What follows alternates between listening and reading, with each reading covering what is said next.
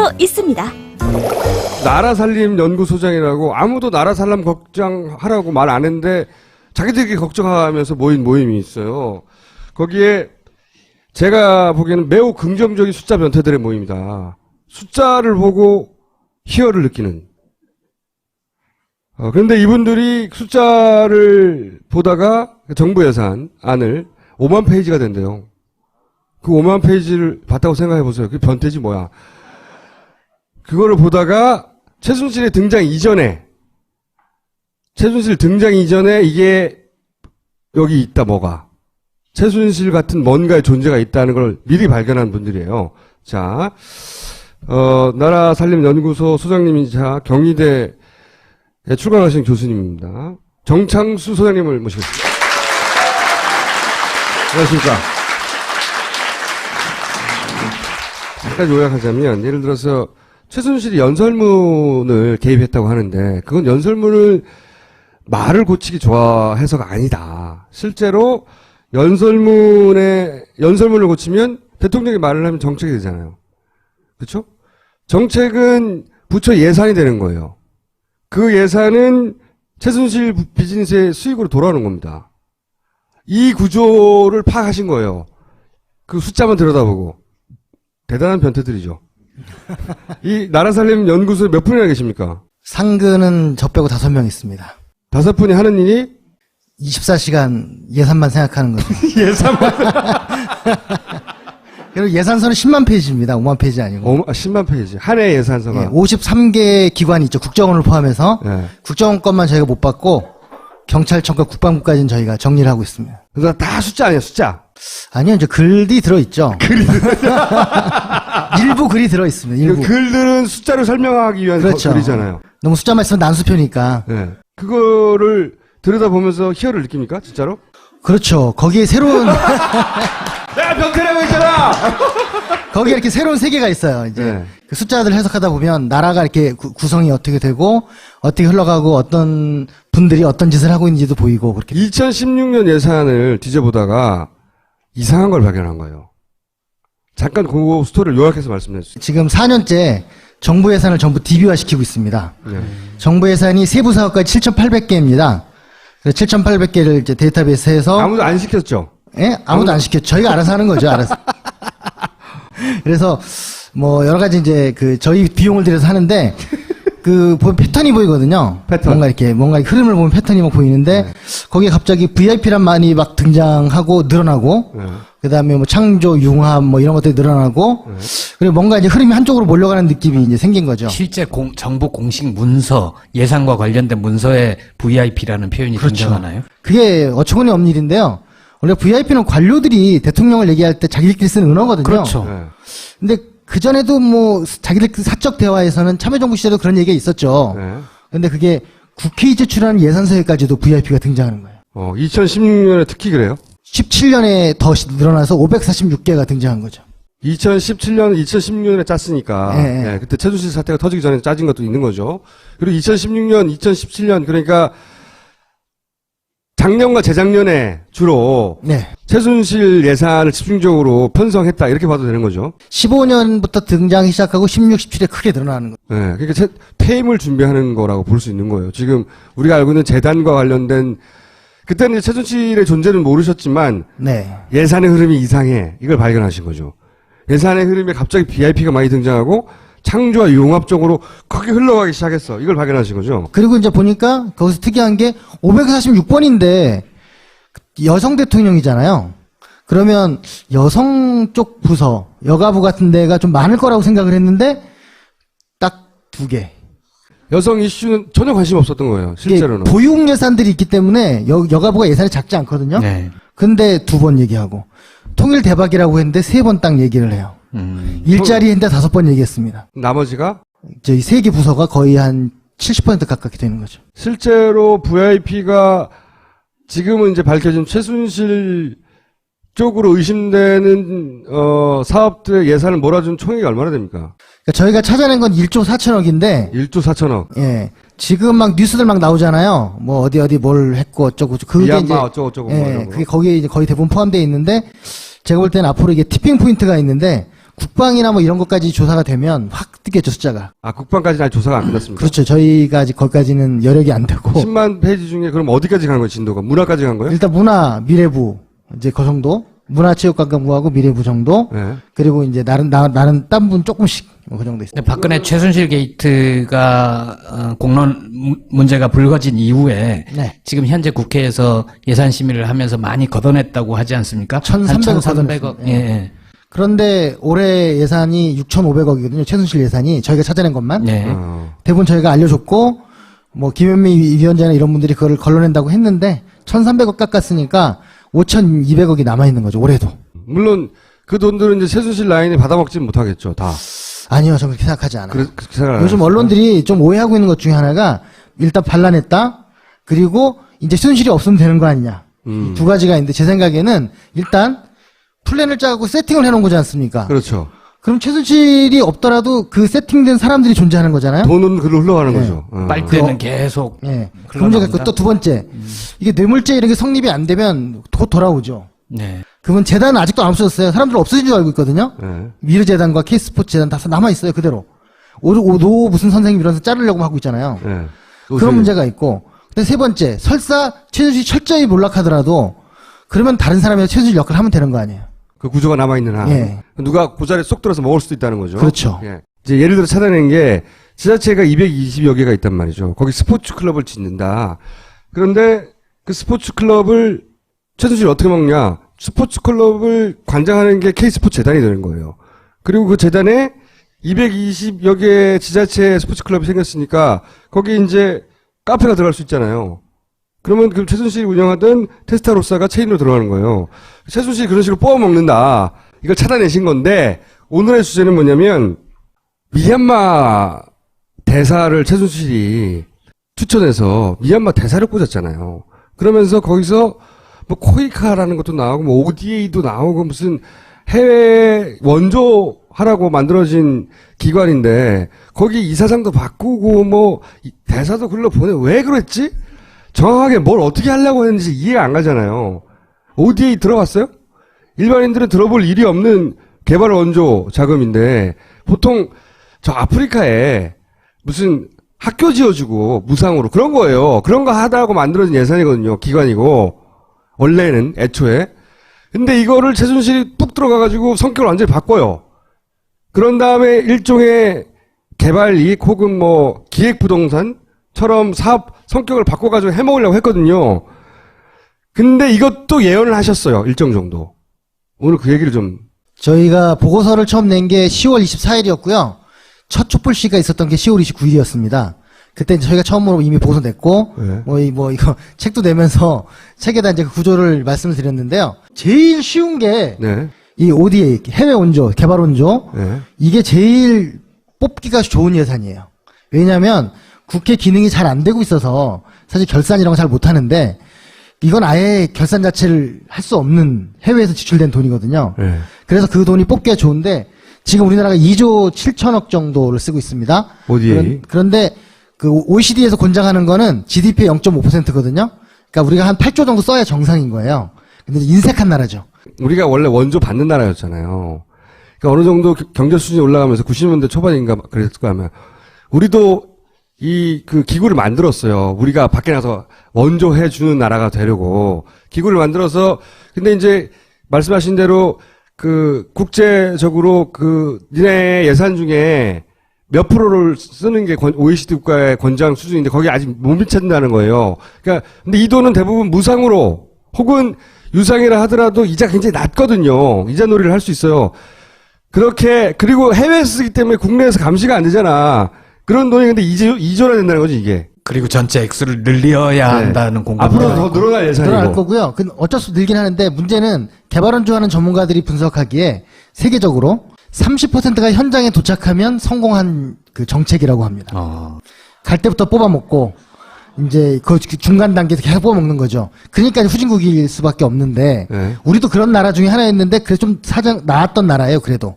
그런데 이제 지금 입장이 바뀐 거죠. 저는 이 ODA 예산 빼먹기는 이명박 때부터 꾸준히 이루어졌다고 저는 생각하거든요. 이명박 때가 많이 해먹었어요. 근데 이제 조금 다른 방식으로 이렇게 지속 가능한 해먹기? 지속 가능한 예산 흡입 뭐 이렇게 네, 지속 가능한 이명박 먹고 튀고 이거거든요. 근데 최순실의 특징은 제가 보기에는 빨대를 딱 꽂고. 지속 가능한 빨대, 구조적인 빨대 이거를 기획했다고 저는 보거든요. 자기가 잘하는 일을 하는 거죠. 이명박은 땅을 팠기 때문에 그렇게 한 거고 네. 이 양반들은 유경재단이라든가 뭐 이런 걸 하면서 했기 때문에 이 방법을 잘하는 거죠. 근데 이제 이걸 발견하신 거 ODA 예산이 이만큼이 됐다. 크다 이거 생각보다 굉장히. 자 그다음 넘어갑니다. 그러니까 박 대통령이 이제 안종훈 저 수석한테 전화로 지시를 해서 네. 실명까지 거론하고 그리고 누구를 만나가지고 미얀마에 어떤 사업을 해라 이런 아주 디테일한 지시를 합니다. 네. 그러면 이제 저기에 그 M사라고 하는 곳에 네. 거기다 협력을 하는 거죠. 이 협력이란 건 예산 지원을 해주는 걸 얘기하는 네. 겁니다.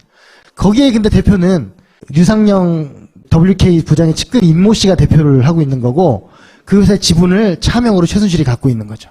미얀마에서 이 ODA 자금으로 건물을 하나 세우려고 하는 겁니다. 건물을 하나 세우는데 그 건물을 자기 돈이 아니라 이 아까 ODA 자금 원래 학교 짓고 병원 지으라고 하는 거를 상업 건물을 걔네들이 지으려고 한 거예요.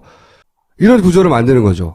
그런데 이렇게 한번 만들어 놓으면 그 ODA 자금이 계속 들어올 거 아닙니까? 계속. 네, 한 번 들어가면 계속 가는 구조로 돼 있습니다. 그 관계는 그러면 또 어떻게 되는 거냐? 이건 예를 들어 인사까지 개입을 하는 거죠. 네. 그래서 그 미얀마 대사를 몰아내고 그리고 새로운 대사를 최순실이 면접을 봐가지고 추천해가지고 네. 이제 이 대사로 오게 됩니다. 이 대사가 삼성 출신의 이제 그 이사인 거죠. 그 전에 있던 미얀마 대사가 이거를 안 들으니까 말을 우병우 아마도 민정 라인이 이걸 하는 거겠죠. 네. 민정 라인이 이 사람을 털었는데 아들이 이중국적자야. 근데 보통 대사관들의 자녀들은 이중국적이 많아요. 원하든 원하지 않던 그 나라에 태어났거나 기타 등등 해서 이중국적 문제 삼을 때는 군대를 이중국적으로 빼려고 했다로 문제 삼잖아요. 근데 이 아들은 군대 갔어. 군대 갔는데 그냥 이중국적 고리를 걸어가지고 이 사람을 쫓아내요. 예, 쫓아내고 그런 다음에 최순실 라인 이 사람을 꽂는데 이 사람은 하필이면 독일 프랑크푸르트에 근무한 적이 있던 최순실이 독일에 있을 때 거기 근거지. 케어를 해준 이제 예. 이사죠. 그리고 이 양반은 제가 알기로는 어느 라인을 타고 여기 들어왔냐면 최순실의 딸 정유라가 나이가 20대 초반인데도 불구하고 그 신용짝을 발급해서 대출이 안 되는데. 대출이 안 되는데 무역회사에나 발급해줄 신용짝을 20대 그 학생한테 발급해줘서 독일에서 대출받게 만들어준 외환은행 지점장 있죠. 그 양반 추천으로 이 사람이 들어왔어요.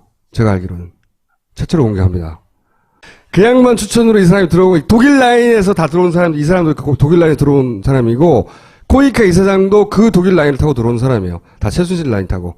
그렇게 이제 원하는 사람 꽂은 거죠, 이제. 네, 이 상황을 꽂았어요. 하면. 그러니까 원래는 이란보다 미얀마가 더 중점 지역이었던 거예요. 그 미얀마는 K 타워고, 예. 타운이고 저쪽은 이란은 K 타워죠. 예. 뭔가 이 타운이 좀 더 있어 보이잖아요. 건물 하나하고 타운이니까. 타운이고, 뭐, 어쨌든. 자, 그 그래서 다음에. 이런 지금 상황이 된 건데요. 이 미얀마는 실패했습니다. 이란은 이제 성공을 했는데 이 미얀마는 대통령이 간다고 했는데 미얀마에서 좀 뭔가 이상한 거예요. 제가 이걸 왜 하냐면 작년하고 재작년에 제가 미얀마에 가서 미얀마 국회의원들과 시민단체 대표들한테 강의를 했어요. 미얀마 예산 강의를 왜 제가 합니까? 굉장히 미얀마가 깝깝한 거죠, 지금 상황이. 그러니까 군인들이 그걸 다 가지고 있기 때문에 군인이 도대체 돈을 어떻게 해먹고 있는지를 모르는 거예요. 이 이란하고 미얀마하고 비슷한 프로젝트거든요. 똑같아요. 네. 건물 짓고 거기다가 한류 기업들 입주시킨다고 하고 실제로 그 사업권은 뜬금없이 미르가 가져가고 이런 구조가 이란의 K타워였고 미얀마는 K타운이었거든요. 기업이 입점하면 거기 이권이 있을 거 아니에요. 리베이트도 있고 건물 지을 때 리베이트도 있고 그게 개발이니까 개발에 따른 리베이트도 있고 뭐 많겠죠. 그거를 뜬금없이 미르가 가져갔다니까요. 뜬금없이. 이게 이 각각 사업을. 1,000억이 넘는 프로젝트입니다. 1,000억이 넘는 프로젝트. 근데 이게 해외에서 벌어지니까 여기서 돈을 리베이트를 어디서 먹고 어디로 흘러가는지 알 수가 없잖아요. 얼마나 좋아, 걔들 입장에서. 그리고 해외에 거점이 있잖아요? 그러면은 돈을 그쪽으로 보낼 수 있잖아요. 자기들 자금을 여기 합법적으로 루트인 양 태워가지고. 그래서 제가 보기에는 ODA 자금을 눈독 들인 이유 중에 하나가 퇴임한 이후에 이제 권력을 어느 정도 놓게 되면 이 감시의 망을 피해가는 방법으로 해외로 다 빼돌리려고 했던 그런 작전 중에 일환이었는데 그 전에 들킨 거죠 지금. 근데 이란은 아무튼 좀 더 지켜봐야 될 것 같은데 예? 미얀마도 계속 예산은 대기하고 있습니다. 사업은 실패했지만 미얀마가 아직 승인을 안 한 거죠. 아, 이 미얀마 케이타운 프로젝트 승인 안 했어요? 네, 무산됐는데 예. 아직도 돈은 대기하고 있습니다. 예산안에는 있는 거죠. 예산안은 여전히 있다. 그럼 교수님 미얀마에 가신 이유는 뭡니까? 이것과 상관없이 이것과 상관없이 그 지역에서 저한테 미얀마 지금 정권 교체를 해야 되고 했는데 군인들과 싸우기 위해서 예. 정부 예산을 어떻게 이해하고 싸워야 되느냐 그런 걸 물어보는 거예요. 아, 그러면 예산 전문가로 미얀마에서도 교수님을 알고 있어요? 그렇죠. 정부 예산을 어떻게 봐야 하는지 모르니까 교수님을 불러서 정부 예산을 어떻게 봐야 합니까? 이게 강연을 들었다는 거죠. 네, 계속 교육 강연이죠. 네, 교육하는. 그래서 그 과정에서 미얀마에서 이 케이타운 프로젝트를 중지시켰다는 걸 알게 됐다고요? 아, 그러니까 예, 그것도 알게 됐고 네. 이거 외에도 뭐 새마을 운동으로 예를 들어 100개 마을에 네, 100개 200억을 꽂는 사업이 또 있습니다. 그렇죠. 그 새마을 코이카가 하는 사업 중에 하나가 새마을 운동을 전 세계에 뿌리는 거거든요. 근데 100개에 2억씩 지원을 했는데 100개 2억씩 지원을 했다. 원래 목표는 뭐였냐면 네. 10개 주에 10개씩 100개. 거기에 각 마을에 2억씩. 200억. 그 새마을 운동을 미얀마에 퍼뜨린다는 명목인 거죠. 네. 제가 그걸 알고 있죠. 1년에 한 1000억이 미얀마에 가거든요. 네. 알고 갔는데 현장 가서 보니까 네. 이 네피도라고 있어요. 네피도 아무도 모르시죠? 네피도가 뭐예요? 미얀마의 수도예요. 양곤이 아니고 군인들이 정말 잘 믿는 군인들이 아, 맞아. 2011년 11월 11일 밀림 안으로 수도를 옮겼잖아요. 11일 11시 11분 11초에 그 1111대의 차를 이용해서 숫자는 수도를 진짜. 이전했어요. 미얀마의 그 군부가 꼴통일 거 아니에요. 당연히. 오랫동안 권력을 잡고 있었으니. 꼴통일 거 아니에요. 근데 얘네들이 점을 믿었어요. 샤머니즘을 믿어. 그래서 수도를 옮기라고 한 거예요. 밀림석이죠, 그게. 그게 네피도예요. 그게. 예, 멀쩡한 수도를 냅두고 밀림석으로 수도를 옮기라고 해. 그랬더니 군부가 밀림석으로 수도를 옮겨요. 1이라는 숫자가 들어간 걸 딱 골라서 네. 간 거죠. 그랬는데 네. 저희가 이 원조를 지원할 때 분명히 10개 주에 다 골고루 하라고 했는데 네. 가보니까 예. 반을 다 그 네피도에다 꽂아놓은 거예요. 그 어떻게 보면 군부 정권의 새로운 안식처에다가 수도 개발 사업 한 거네요. 네. 100억을 꽂은 거죠. 새마을 운동은 이제 소위 말해서 네. 그 농어촌 지역에다가 네. 그 환경 개선해 주라고 하는 사업인데 그 돈은 거기 가는 순간 그거하고는 전혀 상관없이 그 정권에서 알아서 쓰더라. 그래서 제가 그걸 보고 네. 에피소드가 있는데 그 다음 주에 와가지고 제가 국회 예산 심의를 위탁받아서 했거든요. 저희가 네. 야권에. 네. 그런데 이제 농림부 공무원들을 앞에 놓고 제가 네. 이거 왜 이렇게 됐냐 그랬더니 해당 정부에서 뭔가 변경 요청이 있어서 그랬다는 거예요. 그래서 내표돼 준 거 아니냐고 그랬더니 이 사람들이 깜짝 놀랐어. 깜짝 놀라는 거죠. 왜 군부 정권에 네. 이걸 지원하는가 해가지고 이제 한바탕 소동이 있었어요. 아. 의원들도 그거 알게 돼가지고. 새마을 운동을 전세 확산시킨다고 하는 사업을 박근혜 대통령이 유독 관심이 많았거든요. 그래서 이제 아버지를 잇는 뭐 그 정도인가 했는데 거기도 이권이 있어 뭐가. 제가 화가 났던 게 뭐냐면 제가 가서 강의할 때 비용이 들었을 거 아니에요. 예. 그 비용을 원래는 우리 정부에 요청을 했는데 우리 정부가 그걸 승인 안 해줘가지고 미국 국무부 돈으로 제가 갔어요. 그러니까 미국 독재 정부를 정말 어떻게 보면 이렇게 인정하는 거죠. 그쪽에서는 현 정부가. 교수님이 거기 간 것도 ODA 사업의 일환으로 간 거네요. 미국 ODA 사업의 일원으로 가게 된 거죠. 예.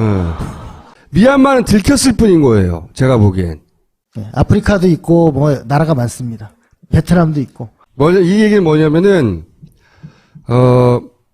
아까 얘기했던 이란에서의 K-타워 사업 있잖아요. 근데 K-타워 사업을 이란에서 MOU를 썼단 말이죠. 우리 대통령이 가가지고 이란하고 자 K-타워 사업 합시다 MOU를 썼을 거 아니에요. 근데 MOU에 그 K-타워 사업을 주관을 미르재단이 한다고 표기가 돼 있는 거예요. 그래서 아니 미르재단이 왜 이걸 하냐고 문제 삼으니까 저 LH공사에서 우리나라에서 아니 그거는 이제 번역을 잘못한 거다. 말도 안 되죠. 무슨 뭘 번역을 잘못했다는 거야 미르로.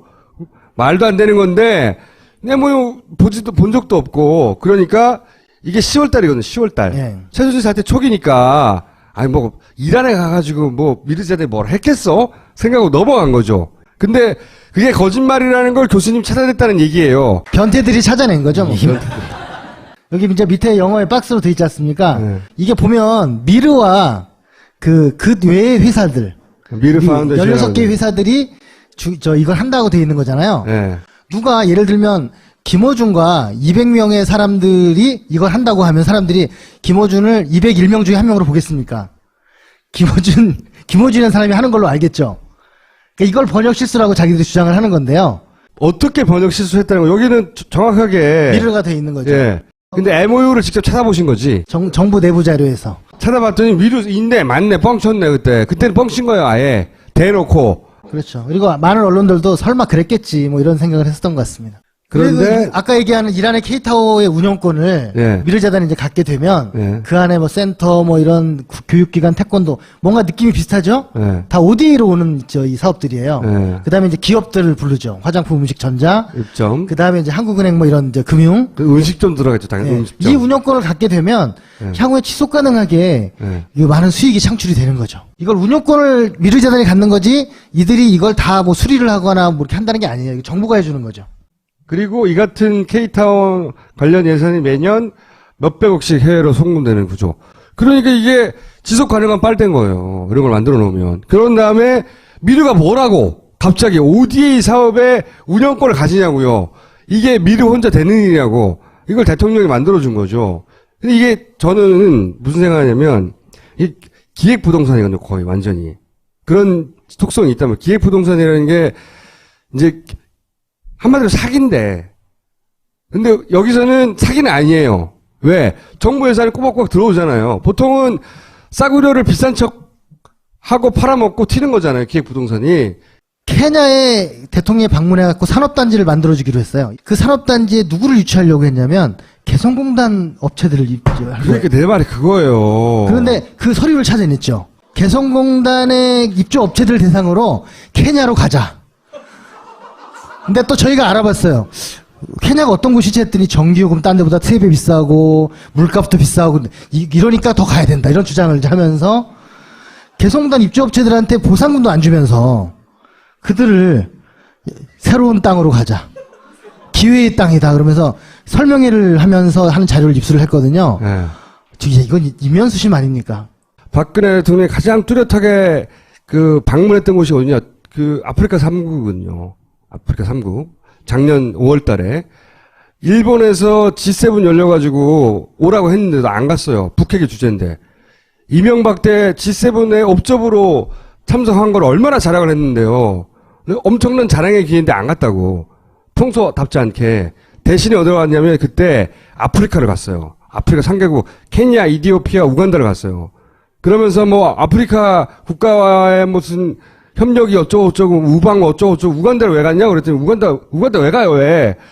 우간다는 이제 북한과 가깝기 때문에 우리가 그 아프리카 외교를 해가지고 우리 쪽으로 땡기려고 갔다고 해명했거든요. 근데 우간다 정부 좀 이따 우린 그런 적 없다고 그랬어요. 그래서 저희가 우간다하고 아까 그런 데도 지금 찾아보고 있습니다. 예. 아마 며칠만 찾으면 나올 거예요. 이제 이렇게 연결되는 거예요. 미르 대사를 바꾼 다음에 작업을 했죠. 근데 그 전에 베트남 대사를 같은 식으로 바꾼 적이 있어요. 근데 베트남 대사하고의 연결고리는 최순천 씨. 최순실의 여동생. 맞죠? 그 남편 유치원 사업. 네. 예, 유치원 사업. 그러니까 조카 유치원 사업을 도와주려고 했다. 요게 첫 프레임이었어요. 근데 개성공단이 폐쇄되자 베트남으로 몰려갔어요, 초반에. 그 연결고리가 베트남의 특이점이 뭐가 있지? 해먹을게? 공단하고 뭐가 연결됐나? 왜냐면은 공단은 보통 무상이나 저렴하게 받고 뭐 몇십 년씩 빌려주거든요. 근데 그 만약 운영권을 가지고 있으면 저렴하게 그 무상이나 저렴하게 가져온 다음에 입주업체들이 조금만 받아도 몇십 년 동안 받는 거 아니에요. 그러니까 그런 것과 연결이 돼 있나? 그래서 막 찾다가 그러면 ODA 관련해서 해외 간 데가 어딨지? 아프리카 간 거죠. 거기서 한 발 더 나가서 이제 무슨 생각이 드냐면 그게 진짜로 있다면 개성공단을 케냐로 옮길 계획이 있었다면 케냐는 아프리카 등지로 뜬금없잖아요, 진짜. 그거 물류 비용 어떻게 그 멀리 인건비에 노동력에 답이 안 나오는 거죠. 말이 안 되는 계획이지만 걔네들한테서 그게 상관 돈만 되면 그렇잖아요. 케냐 쪽에도 우리 그 소위 공단이 갈 테니까 니네 거기서 고용 창출 효과 나지 않냐. 그러면 그 공단 부지 좀 싸게 달라. 우리가 와서 공장 짓고 할 테니까 그 공장 짓는 거 ODA 사업으로 짓고 그다음에 그 부지에서 나온 이권 걔들이 수십 년은 먹을 수 있는 거 아니에요. 50년을 빌리면. 그렇게 생각해봐요. 그러니까 이걸 왜 기획부동산을 생각했냐면 이 생각을 먼저 한 거예요. 그 이권을 보고 개성공단을 먼저 폐쇄시킨 거 아니냐는 거지, 나는. 그게 우리나라 안에서도요. 130개 정도는 지역 산업단지 중에서 분양이 10% 이상 되는 곳이 한 10군데가 안 되거든요. 근데 왜 그걸 했느냐? 땅 장사였거든요. 그것도. 우리나라 안에서도. 그런데 해외에선 더 잘 되겠죠. 진짜로 개성공단 업주들을 모아놓고 이런 걸 한 거예요. 이거를 심사위원회에서 부적격으로 처리했는데도 2015년에 네. 부적격으로 처리했어. 했었는데도 다시 이걸 예산을 편성하고 이 개성공단 업체들을 모아놓고 그 안내를 하면서 이거는 개성공단 업주들 이미 문 닫은 다음에요. 폐쇄한 다음에 업주들을 데리고 케냐로 갔어요. 케냐로 실제로 갔다고. 그 골 때리잖아요. 개성공단 업주들을 케냐로 들고 간다는 발상을 누가 해요? 근데 산업통상자원부가 이거를 만들었지만 통일부가 데려갑니다. 그 개성공단을 관리하던 데는 통일부였거든요. 예. 그러니까 범정부적인 사업이었던 거죠. 근데 이 플랜은 2015년에 사업이 있었잖아요. 그렇죠. 개성공단 문 닫기 전에. 그러니까 나는 의심하는 거예요. 이 부적격의 큰 이유 중에 하나가 입주업체가 과연 얼마 있을지 의심스럽다 뭐 이런 것도 있었거든요. 기획부동산적인 관점에서 뛰어난 그 머리가 있는 사람이 옆에 있는 거예요. 누군가. 믿지 못할 일이 너무 많은 것 같습니다. 제가 알기로는 케냐만 가지 않았어요. 이디오피아도 갑니다. 그때 방문했던 나라 있잖아요. 우간다까지 이제 네. 이디오피아도 이 개성공단 투자조사단이 함께 갑니다. 이디오피아까지. 그런데 그게 바로 그때 5월 달에 갔던 그 순방국이에요. 다 G7 제끼고 갔던 그 순방국 있잖아요. 그리고 그때 거기 간 코이카 이사장을 미리 바꾸거든요. 그리고 그 코이카 이사장이 거기 가서 코이카 사업에 문화 음식은 다 미르가 한다라고 그때 만들었거든요. 그 사업 계획들이 그때 다 짜졌다니까. 그 K-밀 사업인데 그게요. 마지막으로 한 재밌는 얘기 하나만 드리면 예. 푸드트럭을 그리로 가져가서 푸드트럭. 그 한식 세계화 차원에서 비빔밥을 만들어서 그 주민들한테 공급하겠다 뭐 이런 계획을 세웠어. 그게 미르가 세운 계획이에요. 아니, 생각해봐. 거기 병원 지어지고 학교 지어지고 그래야 되는데, 그렇게 성격 규정 지어진 돈을 가지고, 푸드트럭으로 비빔밥을 아프리카인들에게 돌리겠다는 말도 안 되는 계획을 세우고 있으니까 코이카에서 하겠어요? 그것도 있지 않았나요? 초음파로. 그러니까 그 출산 장려 뭐 하겠다고 하면서 그 나라에 가서 초음파로 성별을 확인해 주겠다. 50억. 뭐. 자, 근데 이 푸드트럭은 말이죠. 최순실, 또 조카예요. 조카가 푸드트럭 사업을 하고 있었어요. 그리고 저희가 요 PPT에 못 넣었는데 차량 구입이라든가 뭐 이런 그거에 대해서 또 특혜를 주는 게 또 하나 또 나왔습니다. 이 ODA 사업을 처음부터 끝까지 다 뒤져봐고요. 봐야 되고, K자 붙은 사업도 다 뒤져봐야 되고, 그 다음에 개성공단과 관련된 것도 전면적으로 다시 봐야 된다는 거죠. 얘네들이 굿을 믿어서, 예를 들어서 뭐 점쟁이를 믿어서, 또는 뭐 최순실의 영적인 능력을 믿어서 북한이 곧 붕괴될 거라고 말하니까 그걸 믿어서 공단을 폐쇄했다. 아니라는 거지. 쭉 내용들은, 그러니까 요약하면은 ODA 사업과 새마을 운동이 다 그런 의혹이 든다는 거죠. 2조 7천억이니까 네. 거기서 제가 1,600억 정도 찾아냈거든요. 1,600억 정도? 네, 그러니까 2조 7천억 중에 그러니까 앞으로도 많이 있을 것 같아요. 근데 자료가 너무 참 없어요. 외국에 대한 것들은. 오늘 꼭 해야 되는 게 뭡니까? 이 연속 속상에서. 여러분들이 좀 주사나 뭐 이런 좀 이상한 좀 이렇게 좀 그로테스크한 거에 관심을 갖지 마시고 국정농단의 핵심은 예산이거든요. 앞으로 예산에 좀 관심을 가져주시고 최근에 저희 책이 좀 판매가 뜸한 걸 보니 좀 줄어든 거 보니까 사람들이 피로감을 느끼시는 것 같아요. 최순실 얘기 나오는 거에. 저는 그러지 마시고 이 최순실이 뭘 잘못했는가 핵심이 국정농단이다. 그러기 위해서는 앞으로 이런 제2최순실이 나오지 않기 위해서는 우리 관심을 가져야 되겠다 정도를 좀 생각해 주십사 하는 그런 말씀을 드리고 싶습니다. 이 해외로 빼돌린 돈뿐만 아니라 이렇게 검토해야 될 최순실 예산이 엄청나게 많다는 거예요. 오늘은 그 맛배기만 봤고 그 구조적인 이야기는 책에도 있어요. 책 제목이 뭐죠? 예, 최순실과 예산 도둑들이라는 책입니다. 원래는 이게 최순실과 40인의 예산 도둑들 제목이었는데 46명을 찾아냈습니다. 근데 명예훼손 문제가 좀 걸리는 게 있고, 네. 그리고 또 46인의 예산 도출 그럼 이상하잖아요. 그래서 네. 그냥 예산 도출을 했습니다. 46인이 있답니다. 최순실 예산과 관련돼서 이 사람이 연루된 게 거의 분명한 것 같다라고. 공무원이 7명 있어서 이제 그 이름을 여기 책에 들 수는 없었습니다. 자, 박수 부탁드립니다. ODA 자금이 계속 들어올 거 아닙니까? 계속. 네, 한 번 들어가면 계속 가는 구조로 돼 있습니다. 그 관계는 그러면 또 어떻게 되는 거냐? 이건 예를 들어 인사까지 개입을 하는 거죠. 네. 그래서 그 미얀마 대사를 몰아내고 그리고 새로운 대사를 최순실이 면접을 봐가지고 추천해가지고 네. 이제 이 대사로 오게 됩니다. 이 대사가 삼성 출신의 이제 그 이사인 거죠. 그 전에 있던 미얀마 대사가 이거를 안 들으니까 말을 우병우 아마도 민정 라인이 이걸 하는 거겠죠. 네. 민정 라인이 이 사람을 털었는데 아들이 이중국적자야. 근데 보통 대사관들의 자녀들이 이중국적이 많아요. 원하든 원하지 않던 그 나라에 태어났거나 기타 등등 해서 이중국적을 문제 삼을 때는 군대를 이중국적으로 빼려고 했다로 문제 삼잖아요. 근데 이 아들은 군대 갔어. 군대 갔는데 그냥 이중국적 고리를 걸어가지고 이 사람을 쫓아내요. 예, 쫓아내고 그런 다음에 최순실 라인 이 사람을 뽑는데 이 사람은 하필이면 독일 프랑크푸르트에 근무한 적이 있던 최순실이 독일에 있을 때 거기 근거지. 케어를 해준 이제 예. 이사죠. 그리고 이 양반은 제가 알기로는 어느 라인을 타고 여기 들어왔냐면 최순실의 딸 정유라가 나이가 20대 초반인데도 불구하고 그 신용장을 발급해서 대출이 안 되는데. 대출이 안 되는데 무역회사에나 발급해줄 신용장을 20대 그 학생한테 발급해줘서 독일에서 대출받게 만들어준 외환은행 지점장 있죠. 그 양반 추천으로 이 사람이 들어왔어요. 제가 알기로는. 최초로 공개합니다. 그 양반 추천으로 이 사람이 들어오고 독일 라인에서 다 들어온 사람, 이 사람도 그 독일 라인에 들어온 사람이고 코이카 이사장도 그 독일 라인을 타고 들어온 사람이에요. 다 최순실 라인 타고. 그렇게 이제 원하는 사람 꽂은 거죠, 이제. 네, 이 상황을 꽂았어요. 하면. 그러니까 원래는 이란보다 미얀마가 더 중점 지역이었던 거예요. 그 미얀마는 K 타오고, 예. 타운이고, 저쪽은 이란은 K 타워죠. 예. 뭔가 이 타운이 좀 더 있어 보이잖아요. 건물 하나하고 타운이니까. 타운이고, 뭐, 어쨌든. 자, 그 그래서 다음에. 이런 지금 상황이 된 건데요. 예. 이 미얀마는 실패했습니다. 이란은 이제 성공을 했는데, 예. 이 미얀마는 대통령이 간다고 했는데, 미얀마에서 좀 뭔가 이상한 거예요. 제가 이걸 왜 하냐면, 작년하고 재작년에, 예. 제가 미얀마에 가서, 미얀마 국회의원들과 시민단체 대표들한테 강의를 했어요. 미얀마 예산 강의를 왜 제가 합니까? 굉장히 미얀마가 깝깝한 거죠, 지금 상황이.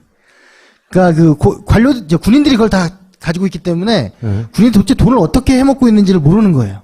이란하고 미얀마하고 비슷한 프로젝트거든요. 똑같아요. 네. 건물 짓고 거기다가 한류 기업들 입주시킨다고 하고 실제로 그 사업권은 뜬금없이 쓰고 있습니다. 어디에? 그런데 그 OECD에서 권장하는 거는 GDP의 0.5%거든요. 그러니까 우리가 한 8조 정도 써야 정상인 거예요. 근데 인색한 나라죠. 우리가 원래 원조 받는 나라였잖아요. 그러니까 어느 정도 경제 수준이 올라가면서 90년대 초반인가 그랬을 거 아마 우리도 그 기구를 만들었어요. 우리가 밖에 나서 원조 해주는 나라가 되려고 기구를 만들어서 근데 이제 말씀하신 대로 그 국제적으로 그 니네 예산 중에 몇 프로를 쓰는 게 OECD 국가의 권장 수준인데 거기 아직 못 미친다는 거예요. 그러니까 근데 이 돈은 대부분 무상으로 혹은 유상이라 하더라도 이자 굉장히 낮거든요. 이자 놀이를 할 수 있어요. 그렇게 그리고 해외에서 쓰기 때문에 국내에서 감시가 안 되잖아. 그런 돈이 근데 2조나 된다는 거지 이게. 그리고 전체 액수를 늘려야 한다는 공감. 앞으로 더 늘어날 예산이고. 늘어날 거고요. 그 어쩔 수 없이 늘긴 하는데 문제는 개발원조하는 전문가들이 분석하기에 세계적으로 30%가 현장에 도착하면 성공한 그 정책이라고 합니다. 갈 때부터 뽑아먹고 이제 그 중간 단계에서 계속 뽑아먹는 거죠. 그러니까 후진국일 수밖에 없는데 네. 우리도 그런 나라 중에 하나였는데 그래서 좀 나았던 나라예요. 그래도. 그런데 이제 지금 입장이 바뀐 거죠. 저는 이 ODA 예산 빼먹기는 이명박 때부터 꾸준히 이루어졌다고 저는 생각하거든요. 이명박 때가 많이 해먹었어요. 근데 이제 조금 다른 방식으로 이렇게 지속 가능한 해먹기? 지속 가능한 예산 흡입 뭐 이렇게 네, 지속 가능한 이명박 먹고 튀고 이거거든요. 근데 최순실의 특징은 제가 보기에는 빨대를 딱 꽂고 지속 가능한 빨대, 구조적인 빨대 이거를 기획했다고 저는 보거든요. 자기가 잘하는 일을 하는 거죠. 이명박은 땅을 팠기 때문에 그렇게 한 거고 네. 이 양반들은 유경재단이라든가 뭐 이런 걸 하면서 했기 때문에 이 방법을 잘하는 거죠. 근데 이제 이걸 발견하신 거예요. ODA 예산이 이만큼이 됐다. 크다 이거. 생각보다 굉장히. 자, 그다음 넘어갑니다. 그러니까 박 대통령이 이제 안종범 저 수석한테 전화로 지시를 해서 네. 실명까지 거론하고 그리고 누구를 만나가지고 미얀마에 어떤 사업을 해라 이런 아주 디테일한 지시를 합니다. 네. 그러면 이제 저기에 그 M사라고 하는 곳에 네. 거기다 협력을 하는 거죠. 이 협력이란 건 예산 지원을 해주는 걸 얘기하는 네. 겁니다. 거기에 근데 대표는 유상영 WK 부장의 측근 임모 씨가 대표를 하고 있는 거고 그 회사의 지분을 차명으로 최순실이 갖고 있는 거죠.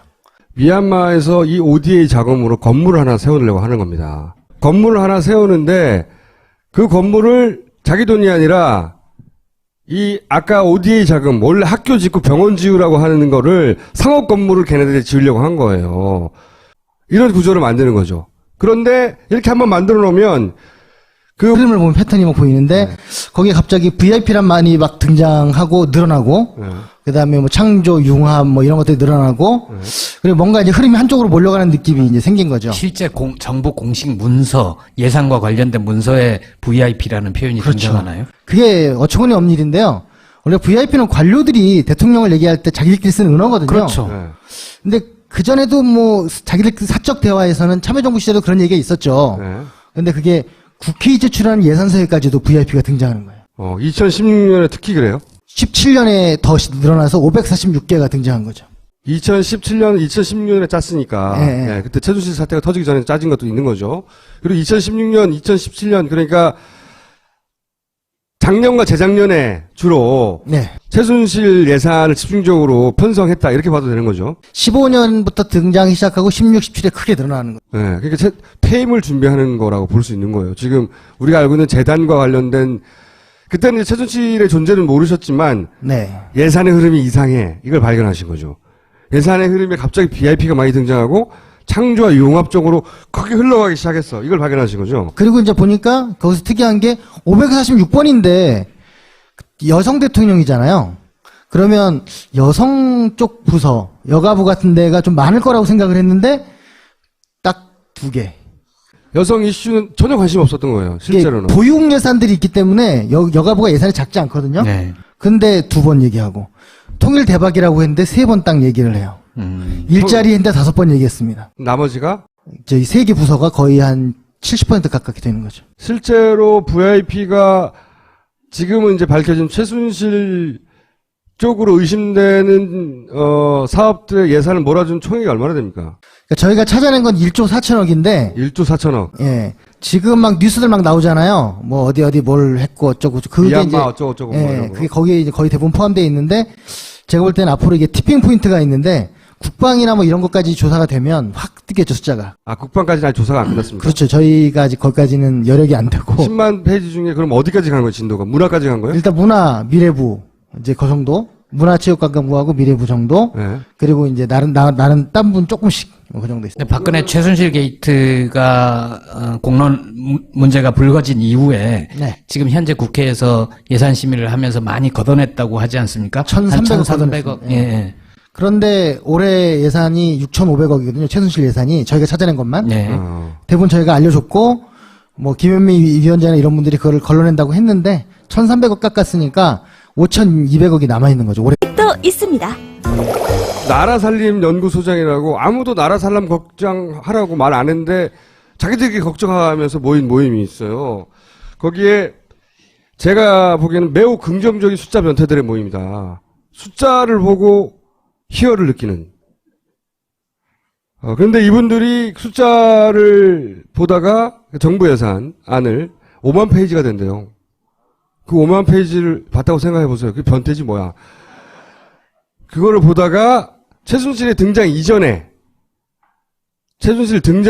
이게 여기 있다 뭐가 최순실 같은 뭔가의 존재가 있다는 걸 미리 발견한 분들이에요. 자, 나라살림연구소 소장님이자 경희대에 출강하신 교수님입니다. 정창수 소장님을 모시겠습니다. 안녕하십니까. 잠깐 요약하자면 예를 들어서 최순실이 연설문을 개입했다고 하는데 그건 연설문을 말을 고치기 좋아해서가 아니다. 실제로 연설문을 고치면 대통령이 말을 하면 정책이 되잖아요. 그렇죠? 정책은 부처 예산이 되는 거예요. 그 예산은 최순실 비즈니스의 수익으로 돌아오는 겁니다. 이 구조를 파악하신 거예요. 그 숫자만 들여다보고. 대단한 변태들이죠. 이 나라살림 연구소에 몇 분이나 계십니까? 상근은 저 빼고 5명 있습니다. 5분이 하는 일이 24시간 예산만 생각하는 거죠. 예산만. 그리고 예산서는 10만 페이지입니다. 5만 페이지 아니고. 10만 페이지. 한 해 예산서가. 53개 기관이 있죠. 국정원을 포함해서. 네. 국정원 것만 저희가 못 받고 경찰청과 국방부까지는 저희가 정리를 하고 있습니다. 그러니까 다 숫자 아니야, 숫자. 아니요, 이제 글이 들어있죠. 일부 글이 들어있습니다. 일부. 그 글들은 숫자를 설명하기 위한 그렇죠. 글이잖아요. 너무 숫자만 있으면 난수표니까. 네. 그거를 들여다보면서 희열을 느낍니까? 진짜로? 그렇죠. 거기에 새로운, 내가 변태라고 했잖아! 거기에 이렇게 새로운 세계가 있어요. 이제 네. 그 숫자들 해석하다 보면 나라가 이렇게 구성이 어떻게 되고 어떻게 흘러가고 어떤 분들이 어떤 짓을 하고 있는지도 보이고 그렇게. 2016년 예산을 뒤져보다가 이상한 걸 발견한 거예요.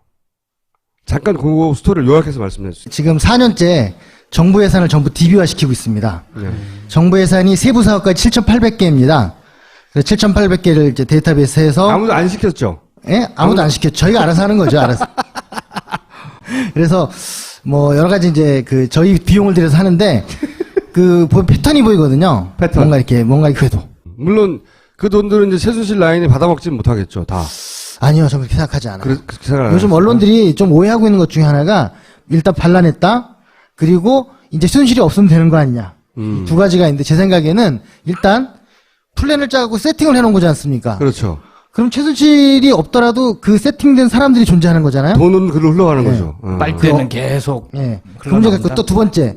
이게 뇌물죄 이런 게 성립이 안 되면 곧 돌아오죠. 네. 그러면 재단은 아직도 안 없어졌어요. 사람들 없어진 줄 알고 있거든요. 네. 미르재단과 K스포츠 재단 다 남아있어요. 그대로. 노 무슨 선생님 이러면서 자르려고 하고 있잖아요. 네. 그런 문제가 있고. 근데 세 번째. 설사 최순실이 철저히 몰락하더라도 그러면 다른 사람이 최순실 역할을 하면 되는 거 아니에요.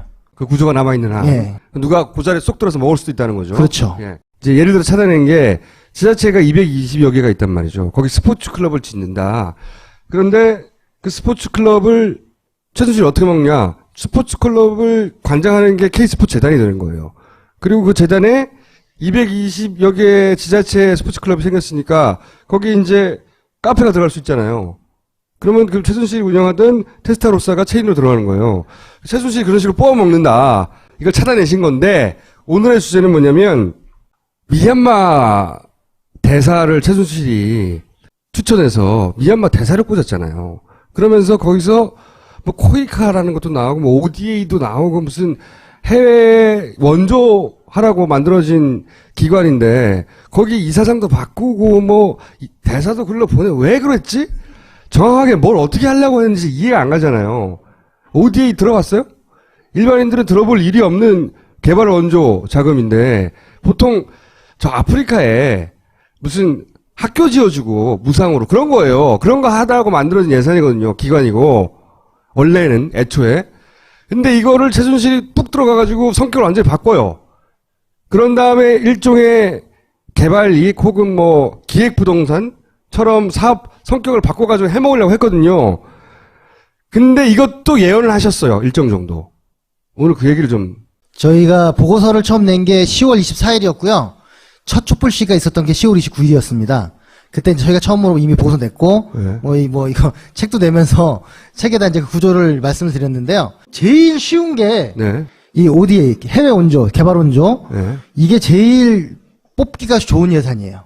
왜냐면 국회 기능이 잘 안 되고 있어서 사실 결산 이런 거 잘 못하는데, 이건 아예 결산 자체를 할 수 없는 해외에서 지출된 돈이거든요. 네. 그래서 그 돈이 뽑기가 좋은데, 지금 우리나라가 2조 7천억 정도